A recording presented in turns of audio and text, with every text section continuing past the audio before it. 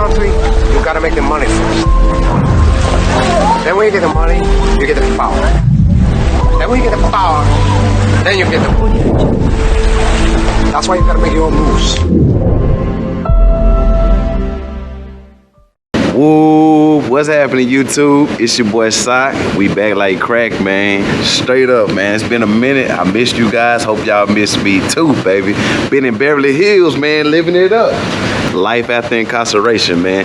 Shout out to everybody that's pulling up to the channel, man. If you're new to my channel, I kind of just shared, you know, my past experience from incarceration to life after incarceration, baby. So, first and foremost, I want to give a shout out to everybody that's been rocking with the channel for 3 years plus, you feel me? If you like what you see, I'll ask that you hit that like button, subscribe, or leave us a comment down below, baby. Do your part, you feel me? That's it, and that's all. Talk about life after incarceration, man. So boom, when I touched down, a lot of y'all seen that first video when I came home. He gonna absolutely love it, man. I'm so happy I'm in the position to be able to bless him.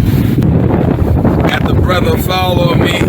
Yeah, man. Yes, yesterday. Well, those old clothes? Yeah, man, it's just, mama doing the best. Doing the best. The only outfit I got, baby. I was trying to do the best. Oh, no, look.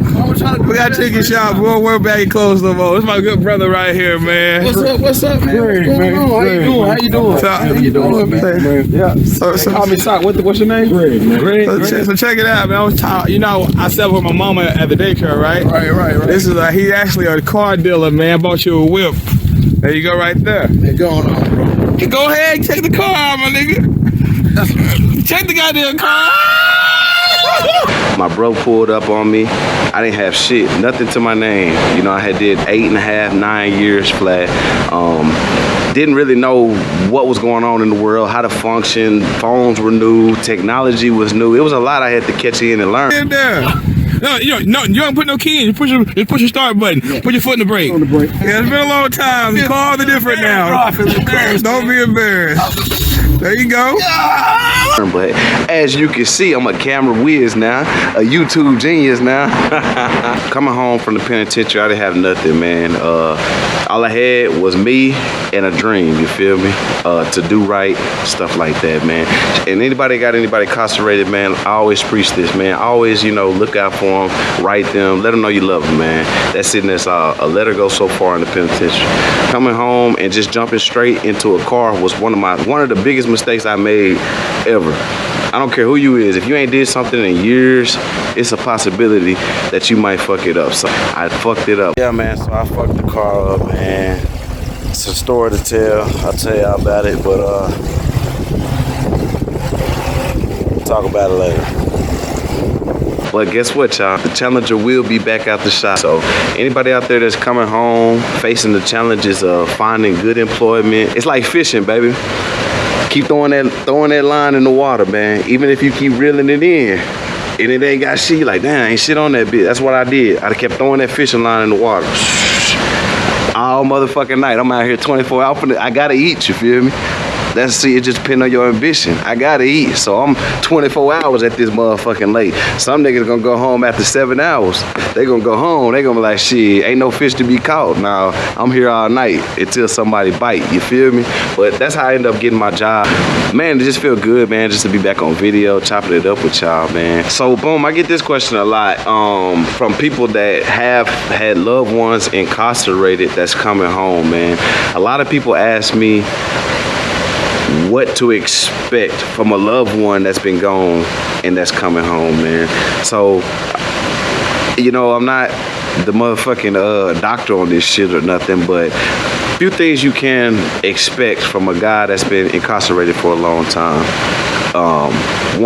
One of the biggest or worst thing you can do to a man coming home is rush him into employment, man. Give him time, man. Work with him, you know, help is one of the biggest things. You got people that'll say, hey, you know, family, and which every man understands coming home that it's a struggle out here, so you got to provide for your family, you know, but employment is not easy. Well, I take that back. Now it is, because we're in a time and area where, you know, jobs are out there. Good employment isn't easy to find. We'll put it like that.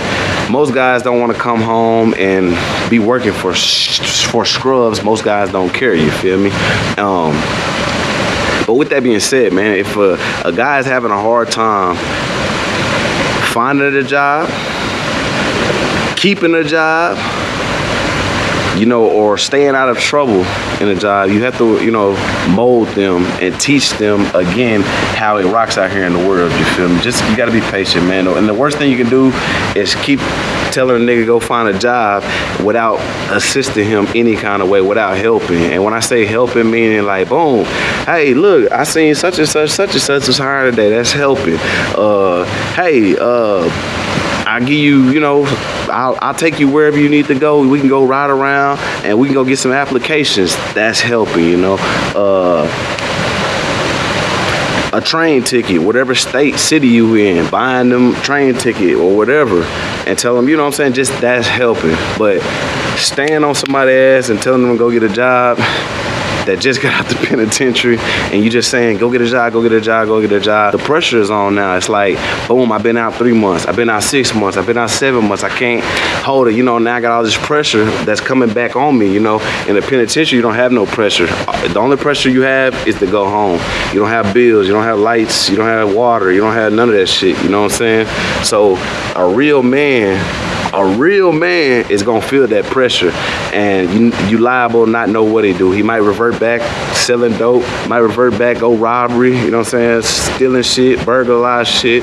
So I would say, you know, take it easy with somebody coming home as far as putting that pressure on them to get employment. But yes, that person understands, because that's all we talk about in the penitentiary is getting money, man. So whoever it is gonna come home and understand money, you feel me?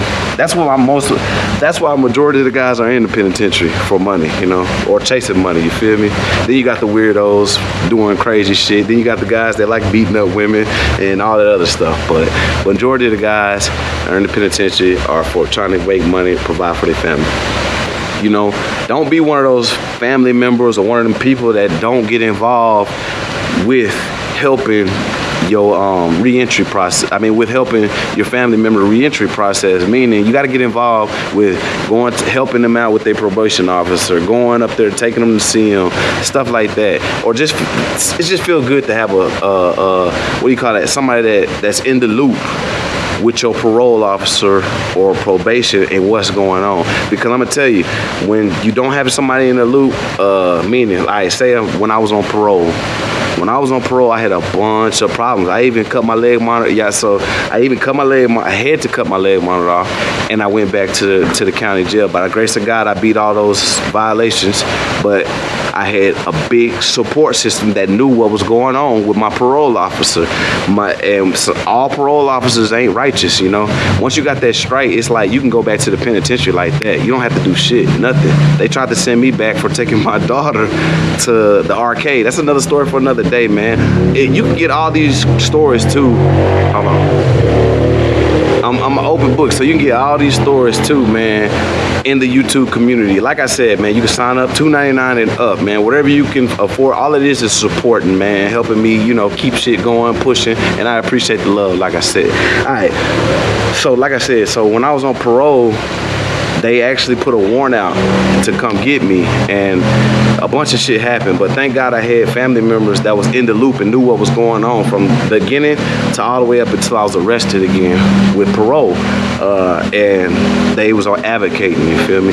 So it's good to have somebody in your corner that's helping you with the parole office, like that's just know what's going on. That way, if anything messed up or fucked up happened to you, they in the loop too. They can see, like, it's not, because once you're a felon or being incarcerated, your word don't mean shit. It's your word versus theirs, versus the parole officer. Now, if you got this mama out here that's been out here, you know, for years, ain't never been in trouble, now she equal to your parole officer. But you ain't shit. Your word versus his, your ass going back to the penitentiary, man. That's it, and that's all. So it's good to keep, you know, loved ones close with your parole officer or with your situation, what's going on, man. My goal really is to prevent or try to help anybody that's going down that road. Like I said, prevent anybody from going down that road, or shit, if you already in the boat, I'm gonna help you, you know what I'm saying? Show you what to expect. And if you're new to my channel, you can go back, watch all my videos. I got over 100 videos, you'll love them, man. Go back and watch. With that being said, one last thing to look out for, or one last thing that you can do for a loved one coming home, is help them get assistance with everything that the state will allow them to have assistance with. Food stamps, mandatory. The state gonna give it to them off the muscle, you feel me? Housing, you have programs that can help you get housing. You got programs that help you find employment. For instance, oh, I'm playing. What's your profession? What's your profession, man? What's your profession, Randy? I got people. I player. What's your profession? She's got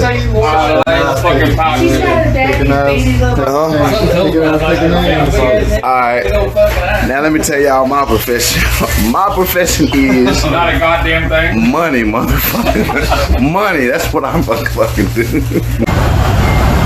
Mr. Walker built this. Mr. Walker built this shit. I started working as a plumber. They offered to pay for all my plumbing equipment, stuff like that, but it wasn't much, hell, because I'm on a job site. We got everything on the job site. But they got all kind of programs, you feel me? Also, keeping up with the classes, you know, you can help them too. Every man should be able to keep up with their own schedule and what they got going on. But it's always good to have that second eye, you feel me? That was a quick little old video real quick, man. Letting y'all know I'm back. It feel good to be back too, man. Shout out to all my followers that's been rocking from day one, man. We back. Expect another video here in the next couple of days, man. Until next time, y'all, much love, much respect. It's your boy Sai signing off, man.